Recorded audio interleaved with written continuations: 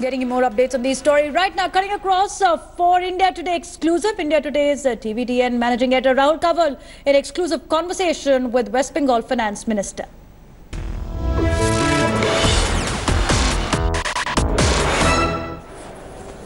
For decades, Dr. Amit Mitra was a strong proponent of the goods and services tax. Now, with hours left for the GST to be rolled out, the Trinamool Congress has decided it will boycott the special session of Parliament. Also, Amit Mitra, who would have come to Delhi, been part of the GST Council meeting, will no longer be coming. Is this a historical blunder, as the Finance Minister says? Is the opposition putting politics ahead of national interest? I want to go across live and exclusive to Kolkata. Joining us from there, leading economist, West Bengal Finance Minister and a long-standing advocate of the GST, Dr. Amit Mitra. Dr. Mitra, welcome. You know, I remember, and this is the first thing that struck me when we agreed to do an interview, that when you were Secretary General FICCI, how passionately you would speak about the need to implement the GST. Now, with hours left for GST to be rolled out, you and your party have decided to walk away. You won't be part of this tryst with history, this tryst with destiny. Why, sir? Why?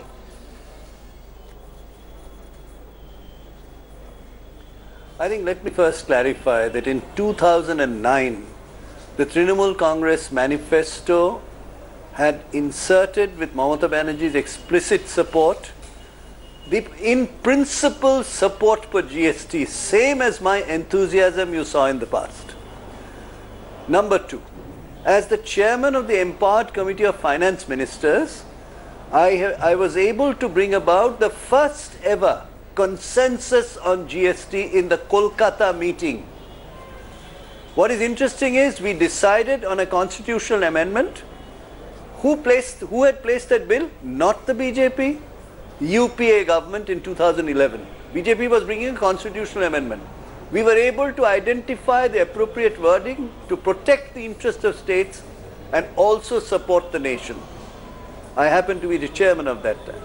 Then came the constitutional amendment, and then was formed the GST Council. I want to first ask you, I have been an enthusiastic supporter. Mamata Banerjee put it in the manifesto. What is the BJP's record? For 7 years, they opposed the GST in every manner possible, and I had to fight them at that time when I was in Delhi. The then Chief Minister of Gujarat, now the Honorable Prime Minister of India, himself opposed it in my presence in a national meeting where the then Prime Minister was present. All of a sudden, you see a Mitra, what you're saying is after true. Coming to office. But Wonderful. This is where, you know, you now make a historic call, Dr. Mitra. It is true that the BJP stonewalled the GST. That was political opportunism because they were in the opposition. So is it therefore correct to draw that now that you're in government, but in opposition to the central government, you're doing what the BJP did while in opposition, putting politics ahead of the larger national interest, Dr. Mitra? No, not at all. Not at all. What we are saying is we want the GST. I have attended 17 meetings or 16 meetings of the GST Council over 6 hours. In one particular meeting, 26 of my suggestions had to be accepted by the Council because of the force of logic. So we have been very much a part of this. But please remember, about 2 months ago, I started saying in the Council, we need to make sure everybody is prepared for this so that this is a successful process. Now, interestingly, some of the state ministers, Finance Minister, Honorable Finance Minister said to me, why are you bothered? Whether it falls flat on his face, creates chaos or not, we have got our guarantee that we will get compensated as per constitutional amendment. So how do we care? I said, no, exactly what you said. Years ago, I've been in favor of GST. So has the Trinamool Congress. We wanted to succeed nationally. But Dr. Mitra, you know better than anyone else that there is nothing in Indian politics called a perfect launch. There'll never be a smooth takeoff. There will be bumps along the way. Having a GST is better than having no GST, as everyone gets accustomed to having a system in place. Whatever wrinkles there may be, those can be ironed out. The wrinkles can be ironed out along the way. Now, this is, you see, this is where I heard a minister, Mr. Goel, speaking to you yesterday. When you asked him that question, he said, you have to jump into the pool and then you have to learn how to swim. That means they're not empathetic to the people who will drown in the process. Now, who's going to drown today? Small and medium enterprises. 80% of India's employment provider, 40% of India's GDP. Why have they gone on strike?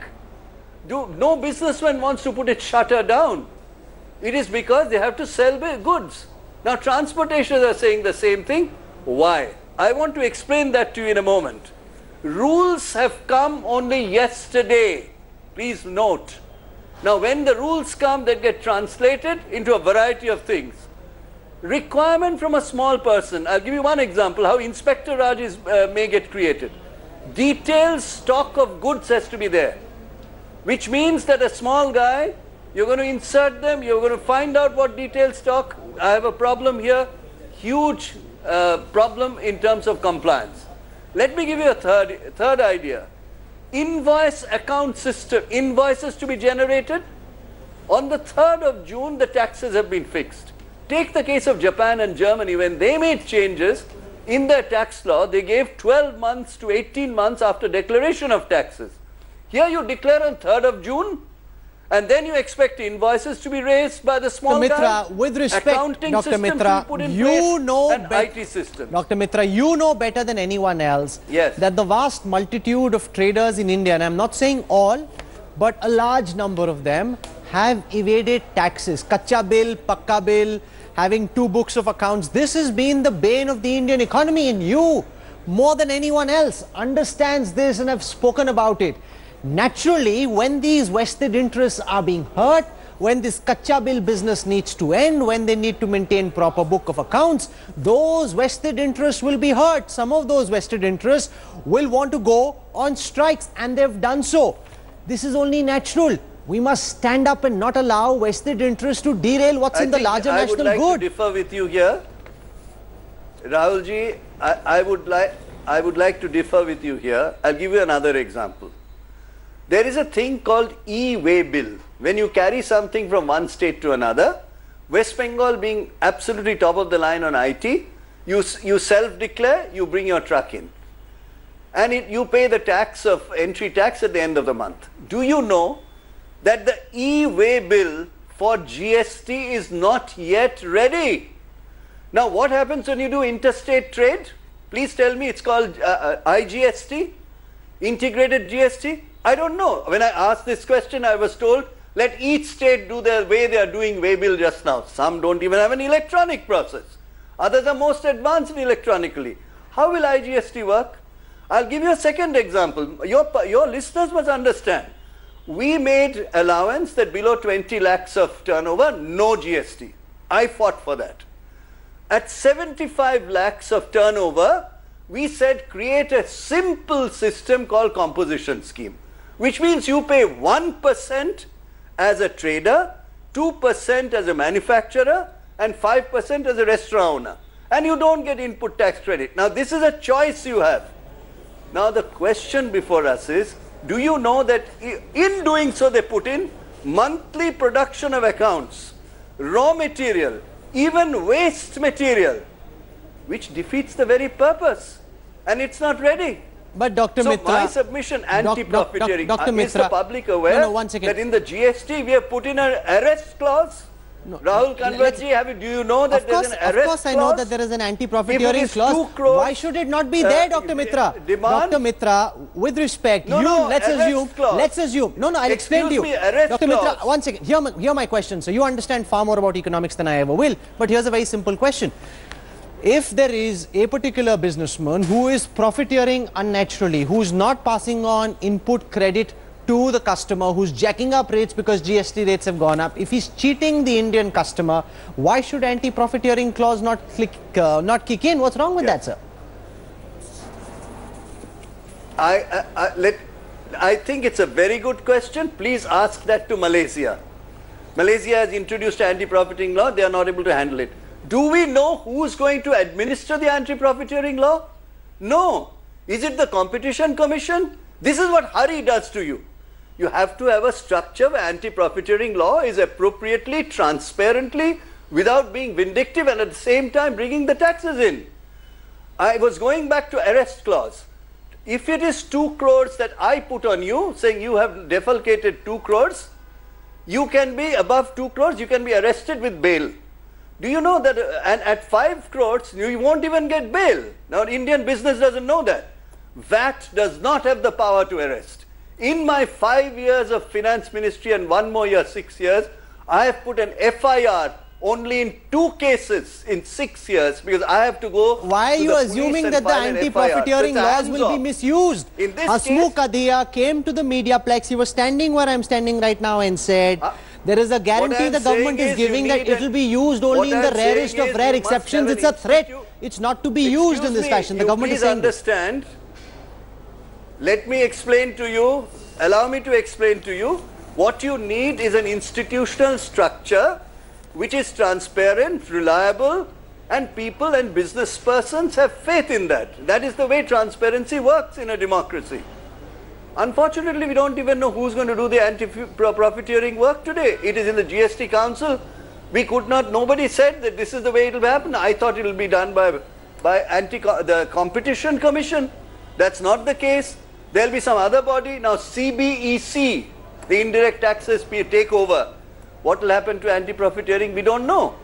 My simple point is, we are not against GST. All that Mamata Banerjee in her Facebook yesterday, substantively, point by point, said is, we are not ready for it. But Dr. Mitra, with respect, Dr. Mitra, in place. A reform which is being called the biggest reform in India ever, as big if not bigger than liberalization, is a reform for which you will never fully be ready in terms of physical infrastructure. Jetli said something interesting. He said if traders are not ready now, they will never be ready. No matter how much you delay this, even if from the 1st of July you go to the 1st of September, there will be some kind of roadblock at that time. If you are not ready now, you will never be ready. I have no, this is not right at all. I'll give you an example. The GST network, it will be processing, believe it or not, 300 invoices, 300 crore invoices a month. Is the GSTN system tested? Yes.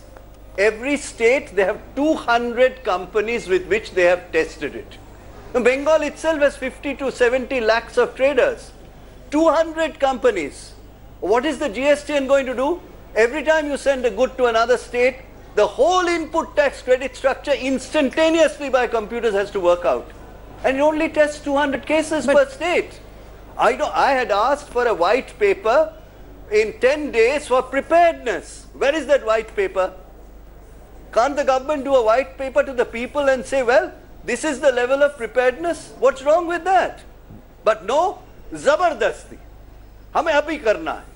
But this is not abhi, Dr. Mitra. There's a constitutional amendment that's been passed with 2/3 majority in Parliament. The Congress has announced that they are boycotting tomorrow's function. It seems this is split along political lines. You know, there's something called the larger national good. And you know that the GST is in India's long-term interest. Yes, there will be problems.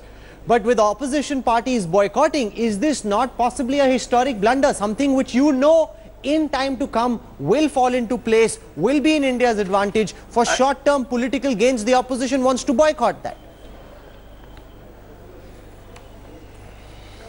I think they're trying to implement it with complete unpreparedness, for which I have given you many examples, is a historic blunder which will come to haunt this government.